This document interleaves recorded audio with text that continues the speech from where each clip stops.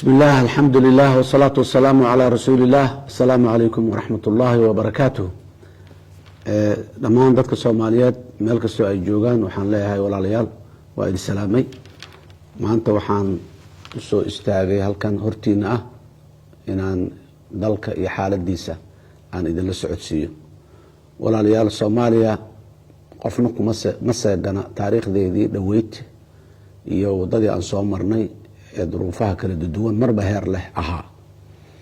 dalkani dagaalo sokeeye lagu kala miirmay lagu kala baxay oo soo maray dawlad ku meel gaar oo soo maray dawlad ku meel gaarnimadii ka baxday oo soo maray dagaalo kala duwan oo noocyo ah oo soo maray shabaab ugu dambeeyay ayaa dalka maanta jooga 15 sano ayay dalka joogaan. dadka Soomaaliyeed 15 sano jacaylkood iyo rabitaan dadka Soomaaliyeed ay rabaan kuma ayaan joogin. cabsi gelin tahdiid ceebayn يعني dadka karaama dilid ay ku joogeen boob dhac ay dhacaan ay ku joogeen. maanta ummadda Soomaaliyeed meel kastoo ay joogto waxay u istaagtay inay karaamadeeda iyo sharafteeda iyo cizigeeda soo ceshato, inay diinteeda xafidato iyo caqiidadeeda suuban ay ilaashato ayay u istaagtay. dadka Soomaaliyeed dhiigooda ay bixiyaan maadaama dhiigu iyo noloshu wax qiimo badan ay yihiin. shabaabna meeshaas inay dadka ka xanuujiyaan oo dadka boqol u dilaan abriya waxba galabsanin suuqa joog xamaalanaya safraya jidka maraya waayo waxa ay dilayaan dhiiranaan kuma dhama inay ka hor yimaadaan ciidamada qalabka sida iyo shacabka Soomaaliyeed ee deegaanada degan ee kacay inta soo daba mariyayaan ayay jidka miina geli masaakiin safraysa baabuurkooda ku qarxo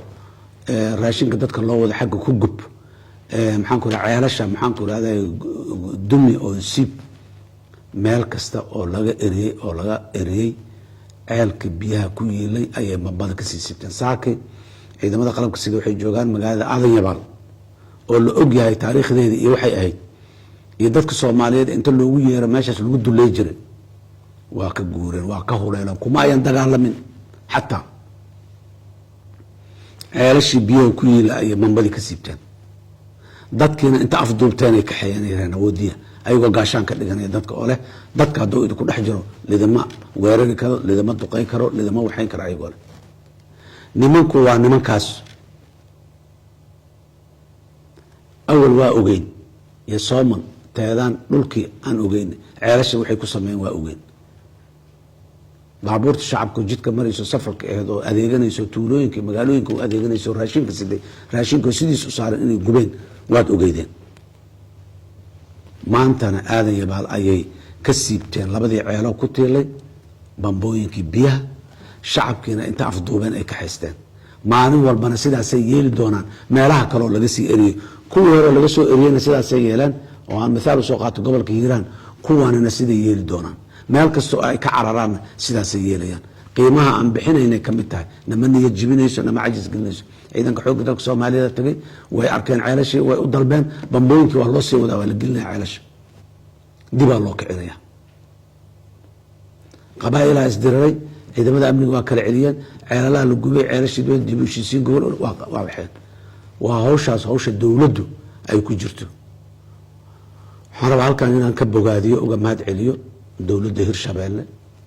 iyo dawlad goboleedka Hirshabeelle iyo dawlad goboleedka Galmudug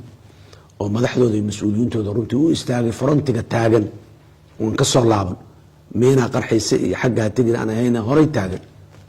meelaha ugu horeeya frontiga ugu horeeya maalin walba taagan daba taagan muxuu ciidanka. sidoo kale waxaan amaan iyo bogaadin u jeedinayaa Koonfur Galbeed dawlad goboleedka Koonfur Galbeed iyo dawlad goboleedka Jubbaland oo diyaar garow aan caadi ahayn sameeyaan dadkoodana abaabulay ciidamadoodana abaabulay kaashanayana muxuu ahay ciidanka xoogga dalka Soomaaliyeed. oo meelaha qaarkood roobaba ka da'ay dhulku waa dhul carro madow ah oo dhiiqa aan la mari karin waa caqabado oo ciidamada ay horumarkii ay sameyn lahayn ay ka sameyn waayeen way jiraan. laakiin labadaas dawlad goboleedna waa meelana waa ka raacdeen shabaabkii inta kalena waa u diyaar gareysay waa ku soo socdaan. usbuucyada soo socda ilaa idinkiis ayadana warar aad iyo aad u fiican ayaa dadka Soomaaliyeed idinka soo gaari doono labadaas dowlad goboleed. labadan dowlad goboleedna waa gabagabo, waxa ku haraahay waa wax yar. galmudugna wax yar ka dhiman, hirshabeellena tuulooyin ka dhiman.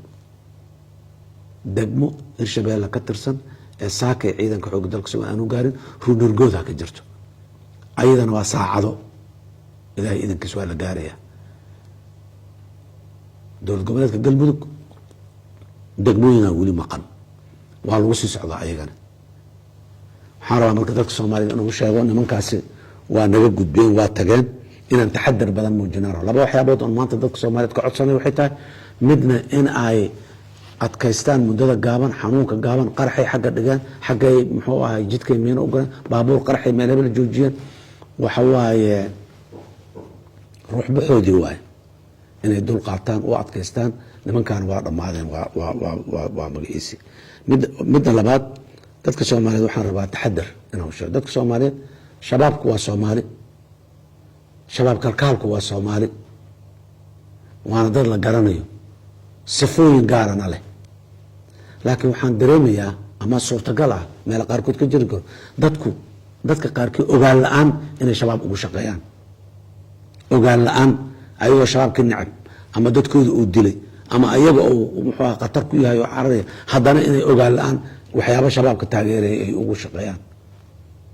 dad sharaf loo karaamo leh sawiradooda iyo hadaladooda inta soo qaataan inay websaytyadooda soo geliyaan ayagoo ku faanayo. dadka Soomaaliyeed oo walaalayaal, ogaan la-aan yaana shabaab ugu adeegin. haddaan nahay siyaasiyiin, haddaan nahay ganacsato, haddaan nahay shacbi caadi ah. waan ogahay dad Soomaaliyeed oo tiro badan oo shabaab jecel ama raalli ka ami jiro, laakiin anagoon ogeyn oo wax kale ka hadleen, wax kale ka jawaabeyn, qof walaaloo kale oo Soomaali oon ku xanaaqsanahay u jawaabeyn, ka waxayneyn, yaanan shabaab u adeegin. kelmad kasta oo dadka Soomaaliyeed qaybinaysa, kelmad kasta oo qaybo dadka kamida qaybinaysa, kelmad kasta oo dowladnimada carqalad iyo ceeb ku ah, kelmad kasta oo cajas gelinaysa dadka iyo hamigooda iyo muxuu ahay waxay ku dhawaaqayaan, ogaan la-aanaad shabaab ugu shaqeeyo haysaa. ogaa walaalkeyo, walaasheyo, yaan loo shaqeyna shabaab, ogaan la-aan yaan loogu shaqeyna. kii ogaan ugu shaqeyn waaba garanaynaa, waa kii shabaab kalkaalka ahay oon sifaayooyinkiisa in badan aan ka soo sheekeyna. waa qaadicu dariiqa, waa kan dadka isku dira, waa kan qabaabilka abaabulo isdila yiraa waaye. laakiin Soomaaliga muwaadinka ee sharafta leh, ee ganacsadaha ah, ee bulshada rayidka ah, ee siyaasiga ah, ee mas-uulka meelaha qaarkood ka ah, waayo kan la hadlayo leeyahay hala taxadaro, ogaan la-aan yaan shabaab loogu shaqeyna. waxaan guud ahaan ammaanayaa hay-adaha dowladda dhammaan, hadday yihiin sharci dejin, hadday yihiin fulin, hadday yihiin maxaan ku rahdaa garsoor, intaba maanta u taagan muxuu ahay dagaalka shabaab. waa ku ammaanayaa dhiiranaanta iyo codka ay banaanka ula taagan yihiin. laakiin walaalayaal, Soomaaliya xaalad caadi ah kuma jirto. xaalad ay isxoreynayso oo gobonimadii sovereigntigeedii ay soo ceshanaysay ku jirtaa. xaaladaasi waxbay naga mudan tahay. waxaan leeyahay dagaalka shabaab kula jirno dadka Soomaaliyeed, walaalaha Soomaaliyeed markasta waxay u baaqayaan inay taageeraan, banaanka usoo istaagaan. hiilo qarsoon hiilo maaha, horeyaa loo yiri, Soomaalida kuma maaday. banaanka la soo istaag, maalintaad dhimanay ka hor dhiman maysid haddii aan la yiraa. waxaan kaloo rabaa dadka Soomaaliyeed marka maanta inaan halkan uga sheego, walaalayaal, shabaab waa taariikh, waa history, waa tegey. taariikh waaye, waa tegey. haddii dadka qaarkiis lagu cabsi geliyo way soo noqonayaan. beri deegaanka soo miyiga meelaha deegaanada qaarkood la sheegay akhyaar waa soo noqonayaan nimankii, yaan saan la yeelin, yaan kaas la yeelin, beri imaanayaan, soo noqon maayaan, ma soo noqonayaan, waa tageen ilaahay idankiisa. cajasgelin waaye markaa, ma soo noqonayaan. waa soo noqonayaan iyo cabsigelin iyo cajasgelin waaye. dadka dhahay degaan hebel dagaalka uma diyaar garoobin iyo waa cajasgelin waay. dadka Soomaaliyeed si qalbi ah oo niyad ah ayay dagaalka ugu istaageen dadkayna qalbigooda iyo niyaddooda aan toosino aan sii qurxino shabaab waysan maanta marka dadka Soomaaliyeed mas'uuliyiinta hadday tahay xukuumad hadday tahay baarlamaan hadday tahay maxaan ku raadayay qaybaha kala duwan dawladda hadday tahay bulshada rayidka qaybaheeda kala duwan ayadana dhammaan waxaan leeyahay maanta aan laba waxyaabood ka fikirno oo isku meel ku soo dhamaanaya muddo koowaad aan ka fikirno shabaab waa dhammaaday waa tagay waa taariikh dalkan saan yeelaynaa shabaabka bacdi maxaan samaynaynaa shabaab dabadii maxaan samaynaynaa dib u heshiisiin maamul dhisid sharci dejin hagaajin horumarin maxaan ku ihahdaa stabilizationka ama deganaanshihii deegaanada shabaab ka tegay maalin dhaweedna waa ka hadlay deegaanada shabaab uu ka tegay deegaana tegay iskuul ma leh bar caafimaad ma leh ceel biyaa ma leh dugsi qur-aanka xataa ma leh si qaloocan caqiida qaloocana dadka baraysa inta la yihahda dugsiyada dhan xataa dadka laga xiray iska daa wax kale intaasoo dhammaa inaan soo kabno na sugayo meel kasta oo qoysas Soomaaliyeed ay ku nool yihiin iskuul inuu helaan caruurtooda wax bartaan dugsi qur-aankooda inuu shaqeeyo oo macalinkooda iyo nidaamkooda la hagaajiyo bar caafimaad ugu yaraan oo caruurta laga tallaalo yaryarka ah oo maxaan ku ihahdaa gabdhuhu ay meel ay ku umulaan ay helaan oo aan baabuur jid raf lagu soo qaadin gabar foolanaysa dowladda mas'uuliyadda saaran oo shabaab dabadeed inaan ka fikirna ay tahay taas waa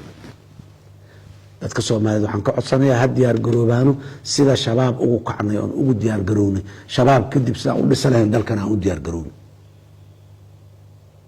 shabaab waa tagay waxaana sugi waxay tahay dadkeenni iyo deegaanadeennii oo 15 sano oo duleynayay oo wax walba u diiday oo wax walba ka soomiyay inay waxay waayeen xaquuqda ay muwaadinimay lahayn inay helaan waaye midda dab taas aan ku mashquulno aan ka fikirno diyaar garowga la sheegay taas aan u galno hadda dad walba Soomaaliyeed inta isku tagaan deegaankoodii tuuladoodii sidii ay ceel ugu qodi lahaayeen ama muxuu ahay iskuul ugu samayn lahaayeen ama bar caafimaad ugu ka shaqeeyaan dawladuna karaankeeda wixii ah waa la imaanaysaa waana la taagantahay ka gaabin mayno muxuu ahay ilaahay idinkiisa laakiin waxaan dadka Soomaaliyeed fikirkooda gidaan u baahanaa waa midaas qodobka labaad waxa waaye dalkeena deyn fara badan ayaa lagu lahaa muddo 10 sano aan aad ula soo tacaalaynay deynkaasi inaan gudno sidii aan ku meel gaarnimada uga baxnayba deynka sidii aan isaga looga cafin lahaa gudid ma ahaanayna looga cafin lahaa ayaan geed dheer iyo geed gaaban u taagno taramkii hore aniga madaxweynaha ay ka soo bilaabo taramkii iga dambeeyo madaxweyne farmaajo joogo ku xiji hadda kan aniga aan soo noqday intaan joogo hadda ku sii xiji intaasoo dhan dagaallo isdaba joog ah ayaa waxaa laga sameynayay sidii deynta dalka iyo ummaddan looga cafi lahay deynka ma aha kaliya caqabado albaabo badana naga xiran oo aan maxaan ku ihahdaa horumarinta iyo dib u dhiska dalkan aan u kaashanayn deynka marka in aan laga cafiyahay waxay ahayd arrin aad iyo aad u badan deyn cafintiina way soo dhammaatay bilaa noo haray waxaan rajaynaynaa dadaalka aan wadno iyo inta yartaa noo dhiman oo qawaaniinta qaarkeeda baarlamaanka taalo in la gudbiyo baarlamaanka uu gudbiyo la rabo ay ka mid yihiin waan rajaynayna baarlamaankeena maalmaha iyo usbuucyada soo socda inuu ku mashquulo anuu gudbin doono yaa nooga dhiman kadib marka sida aan hadda u lahaa shabaab mugaan deegaanada iyo dalka ka bixino dabadeed maxaan samaynaa oo aan uga hadlayo waxaan samaynay deyn cafinta dabadeed maxaan samaynaana waa su-aal kaloo taagan 5 bilyan oo dollar ayay ahayd deynka aan cafiskiisa raadinayn oo inta badan hadda nalaga cafiyey inta dhimanna bilahaas aan sheegaya gudahood nalaga wada cafin doono Soomaaliya wixii hadda ka horeeya awood uma lahayn inay inta lacag soo deynsato warshad ku dhisato warshadeedaas hadhow badeecada muga iibsato deynka iska guddo awood uma lahayn Soomaaliya fursadii awood uma lahayn deyn inta soo qaadato dekad inta ku dhisato dekadaas lacagteeda qaarna ay isticmaasho qaarna ay isaga bixiso muxuu ahay deynkii fursadaas maanta ma furmayso waxaan rabaa marka dadka Soomaaliyeed walaalaha meel kastoo ay joogaan iyo hay-adahooda xukuumaddu ay ugu horeyso already shaqadaana haysa hadda oon aad iyo aad ugu ammaanayo shaqada deen cadfinta meesha ay iyo doorka ay xukuumaddu ka qaadanayso iyo doorka baarlamaanka nafsadiisa uu ka qaatay inta dhamana aan rajaynayno inuu si buuxda oo deganaanshiina uga qaadan doono walaalayaal waa waajib wadani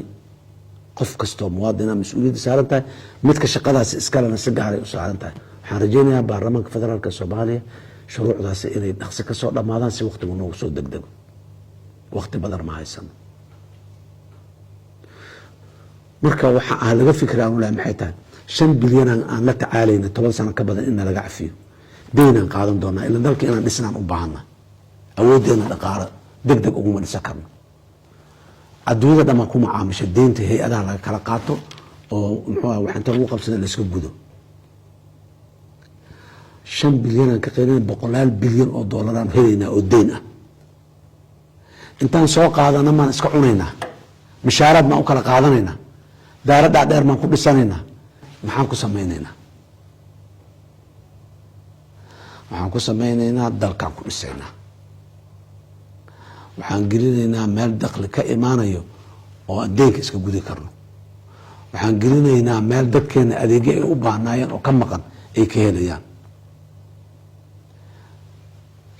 dowlad goboleedyada dalka oo dhan inay isbitaallo waaweyn oo referal hospitals ay helaan jaamacado dowladeed oo aad iyo aad u camiran oo dadku lacag la-aan ku dhigtaan inay helaan waxbarasho waafi ah oo macalinkeeda iyo shaqaalaheedu ay qanacsan yihiin inay helaan waxaasoo dhan waxaa u asala dhaqaale deynka aan qaadanayno kow muhiimadda waxaan ku saynaynaa dib usoo kabashada dhaqaalaha inaan dib ugu soo celino si aan tacliintii iyo caafimaadkii iyo adeegyadii cashuur dowladeed oo ku filan aan u helno dadka soomaaliyeedna nolol fiican ay u helaan hay-adaha dowladda iyo hay-adaha bulshada rayidka iyo degaanada dhammaan waxaan rabaa inay haystaan wixii oo loo maalgeli lahaa ganacsatada si gaar ah weliba mashaariic waaweyn oo la maalgeliya inay la yimaadaan dowlad goboleedyada iyo degaanada sidoo kale marka waa arin ayadana inaan kasii fikirno oon u diyaar garowno u baahan way soo socotaa waana soo dhowdahay weliba waxaan rabaa hadalkeyga inaan kusoo gunaado soomaaliya ilaahay idankiisa waa gaari karnaa soomaaliya barwaaqo ah ilaahay wuuna siiyey wixii aan ku barwaaqoobi lahayn oo dhan ilaahay wuuna siiyey hadday tahay bar hadday tahay beer hadday tahay bad hadday tahay barwaaqo iyo macaalin dhulka hoostiisa ku jirta caqligii deganaanshihii heshiiskii iskaashigii aan ku gaari lahayna nalaga rabaa walaalayaa 32 sano muddo dheer waay 32 sanaan kusoo jirna buuq iyo qaylo iyo looma dhama iyo waa diidnay iyo waa yeelnay nooma noqoto dadka soomaaliyeed oo walaalayaal nooma noqoto looma dhama iyo waa diidnay iyo nooma noqoto horey aan u socono maanta waxaad weysa beriyaad helaysaa adduunyadaadu beri ha lahaato maanta way ku ekaano maanta wax waaye bis waa dhamaata ma aha maanta haddaad waysa beriaad helaysaa maanta haddaad haysato mas-uuliyad dowladeed iyo magac dowladeed beri ma haysanaysid maanta haddaadan haysanina macnaheedu maaha beri inaadan helayn fogaan arag aan yeelano beriyaa soo socoto ilaahay idankiisa waana beri qurxoon aad iyo aad u qurxoon dadka soomaaliyeed waxaan u sheegaa 2 arrimood kale walaalayaal wax kasta oon shaqa oon dalka ka hayno sidii aan u suubi jirnay intaan fiirino qiimayno si ka duwan aan u suubino haddii sidii aan u suubi jirno u samayno wixii aan heli jirna aan helaynaa wixii aan heli jirnana ma anfacayso 32 sano ka bacdi waa waxaan meesha u joogno wardadoo dulqaad war maanta waxaad rabtaa haddaad weyda adduunyada inay dhammaatay maaha beriyaad helay beri fiicana soo socoto ilahay idankiisa aan isbedel keeno isbedelku waa xanuun badan yahay waa qiimi badan yahay laakiin waa inaan hurnaa haddii kale meeshaanan joogeynaa waa qabaan leenahay kulligeen qof qabaan u leenahay laakiin qaran ahaan aan qab u yeelano qaran ahaan aan qab u yeelano adduunyada aan la tartamo tartanka dhexdeena oo degmo la tartamo qabiil la tartamo intaan joojino dunida aan la tartano waa nalaga tagay nalagamana tegi karo sababna looga tagaa ma jirto taasi waa midaas waxaa kaloo dadka Soomaaliya u sheegay fogaan arag inaan yeelano Soomaaliya 1960kii ayay xurriyad qaadatay dowlad noqotay 62 sano ka soo wareegtay waxaan u baahnaa markaan dowladnimada sidaan ugu fikiri jirnay si ka doonayna ugu fikirno walaalayaal 2060 haddii la gaaro ilaahay idinkiis waa la gaarayaa Soomaaliya 100 sano ayay xor tahay dowlad tahay maanta dadkeena jooga mas-uuliyadana saaran oo aanan ka gagaba karin waxay tahay inaan ka fikirno oon maskaxdeena ku dejino Soomaaliya see ah noocee ah ayaan rabnaa 2060 in la gaaro in la arko Soomaaliya noocee ah ayaan rabnaa 38 sano ka bacdi in la arko waxaan rabaa dadka Soomaaliyeed inay ku fikiraan Soomaaliyadaas naqshadeeda inta la sameeyo maanta dhismaheeda in la bilaabo